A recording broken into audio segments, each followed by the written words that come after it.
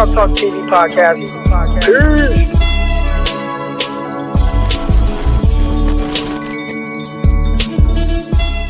Hurd practicing today. This is good. But we still gonna get on his ass. All right. And this is why we're gonna get on Hurd's ass. So got a guy. And again, I know it's tough. And we got Whiteout Wednesday tonight with my guy Jasper Rose. And Jasper Rose spoke to Jalen Hurd's dad. And my guy Jasper, the conversation he had with Hurd's dad was that of, Hurd, he's been kind of feeling this and he needed kind of a clean slate. And that's part of the reason why he cut the dreads off. You know what I'm saying? He got the fade, tightened it up. You know what I'm saying?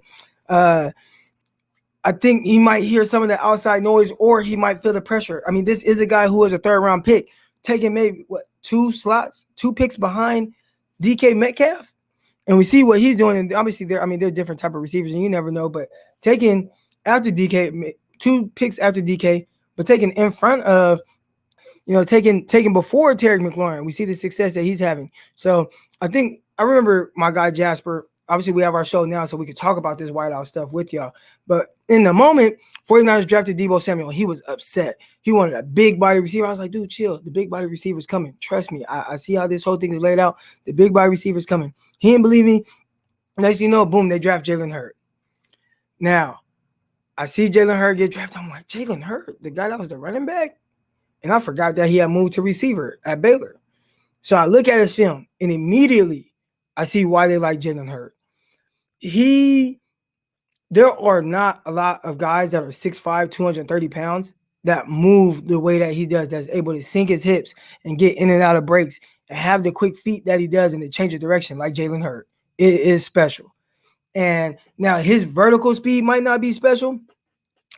He's not somebody that's going to really just run and take the top off of a defense, but that intermediate change of direction, getting in and out of the breaks, being able to run routes. He ran routes like Dante Pettis. Like he was able to sink and get in and out and be kind of loose with it in that way, but with the finish like Derrick Henry. You know what I'm saying? Like, and that's what you were kind of getting. So the excitement immediately I saw, and even my guy Rob Louder, he can attest to this. I immediately messaged Rob Louder. We didn't have strike and go yet, but I'm like, dude, have you watched Jalen Hurd? Like this stuff that he's doing is different.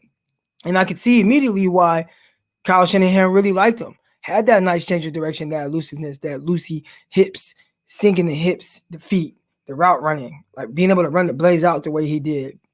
Setting guys up. It was terrific. And there were a lot of people that were saying that Jalen Hurd was this raw prospect coming out. And I'm like, raw prospect. But I'm watching him. I'm like, nah, this don't look like a raw prospect to me. Like, dude looks like a legit receiver. He really looks seasoned. I think the only thing raw about him playing receiver is that he only been doing it for 1 year. But in the sense of what I was seeing, I thought he was more polished as a receiver in his route running than guys that maybe have been playing receiver for the last 4, 5, 6 years, heading into the NFL. So I thought Jalen Hurd was terrific from that standpoint, and everything looked good.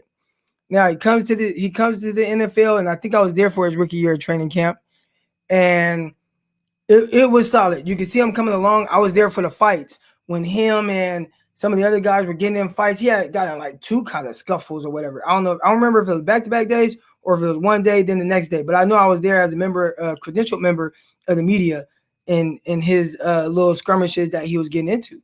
And it was like, damn, this is a big physical guy. Are they going to throw him the ball, though?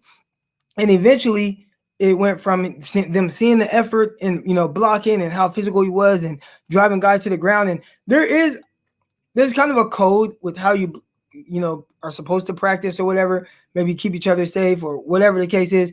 He didn't care about none of that. And he just had that mentality of like, look, I don't care about you. This is my livelihood. I'm going to go out here and I'm just going to dog whoever is out in front of me. So you saw that immediately. And then they started working him in as a pass catcher. And you see it. Like, I'm seeing them catching pass on the sideline. Boom, boom. And he's doing terrific. And then run somebody over in the Cowboy game. I don't know if his back started hurting then. Obviously, we saw the terrific game that he had. I mean, only 3 catches, but 2 touchdowns. We saw the fake. We saw the crosser. We saw the finish. We saw the screen pass, right? All terrific. Like, whoa, okay. Can't wait to see how they're going to continue to utilize him and how they're going to build on him, right? Like, so you saw the excitement. And then he was in the Broncos game That was the next game, the next preseason game. He was there to start the game, and I remember seeing him run like a little whip route, and then after that, just didn't see him. And I'm thinking like, all right, like, is he not like why is he not continuing to play? Did he get hurt? And I didn't really see anything. And then next thing you know, he comes out and he's got a back injury. And I'm like, wow. Now, the way they made it sound like was they were either put him on PUP or the short IR or whatever. But it sounded like him and Trent Taylor like, oh, no, they'll both be back. Don't worry about it. Both guys will be back, and you'll get your Jalen Hurd back. And again, I mean, this is a guy that was going into a rookie year with Debo Samuel. I mean, he was a third-round pick. So you want to see a third-round pick on the field. And you're waiting. And then they're talking about, oh, yeah, he's probably going to come back. Or, oh, no. And you're just kind of hearing different reports about Jalen Hurd. Then sure enough, he just never ended up playing, and they ended up putting him on IR for the rest of the year. And it's like, damn. But you know what? Year two, Jalen Hurd's going to come back, and he's going to be ready. And whatever's going on with his back, that's going to be situated. You know the backs can be a little dangerous. But you know what? He's going to be fine. And can't wait to see this 6'5", 230-pound receiver just go out there and do his thing, because I know the type of ability that he has. I watched it. I watched the film from Baylor. I watched how he ran routes, sunk his hips, the elusiveness, in and out of his breaks, the quick feet. Rare for a guy his size. Again, maybe not the vertical speed, but everything else was terrific. But then, okay, you got the injury. And then heading into year two, boom, tear ACL. And he tore his ACL working out on the side. Like, they're trying to prepare him to come back for, year two and get him ready for training camp and probably bring him along slow. Okay, we're going to do everything to bring him along slow. Next thing you know, you see reports, Jalen Hurd's down, knee injury. What? He's not even practicing. Like, what? And next thing you know, boom, torn ACL. Season gone. Done. That's 2 years in a row before you can even play a legit game or really get going. Now, I have heard that there were people that were saying Jalen Hurd was the star of training camp his rookie year. I was at training camp. He was not the star of training camp. Did he do some things good? At least while I was there. And I probably went to about 7 training camp practices and was literally right there on the sideline as a credentialed member of the media. So I watched 7 practices, and I wouldn't say he was the star of camp, but I thought he was good. I thought he was legit. You see it coming along, but just the fact you haven't seen him in 2 years. So now it's year 3, and he's coming in here, and he's coming off of a torn ACL.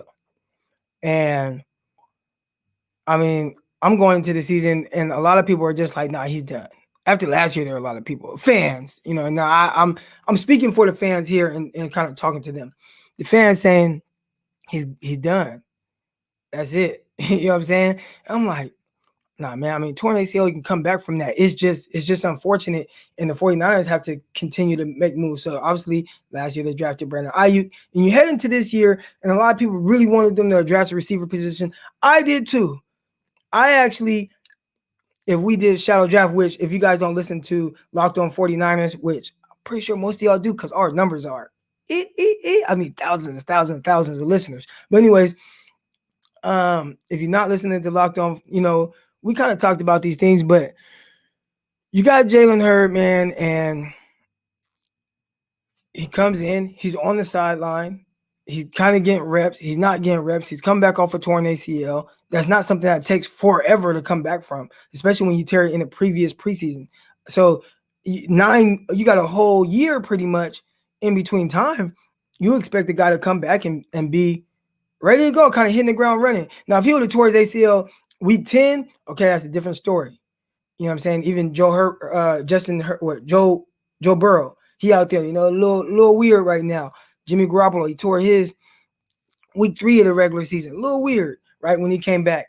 But, you tear yours in preseason. I mean, you got a full 6 months to where you're really getting going. Then another 9 months. Like, you got a full year down there. So you should be, kind of legit, right? Who tore their ACL? I just saw somebody. Sutton. Cortland Sutton tore his ACL last year. He out there on the field, moving, running routes, doing everything. So now you got to say, well, how was he taking his therapy or his rehab? Was he doing everything that he can do? I don't want to question those things, but you got, the other day, he didn't practice, wasn't feeling well, has kind of been hit and miss with practice so far.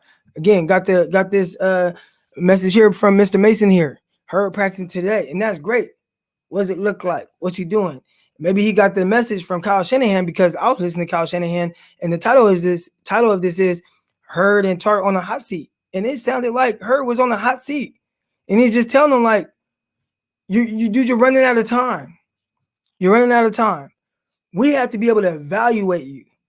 And if you're not out here, couldn't really see you, more than the Cowboys game rookie year. Didn't see you last year. Tore your ACL before anything could get going.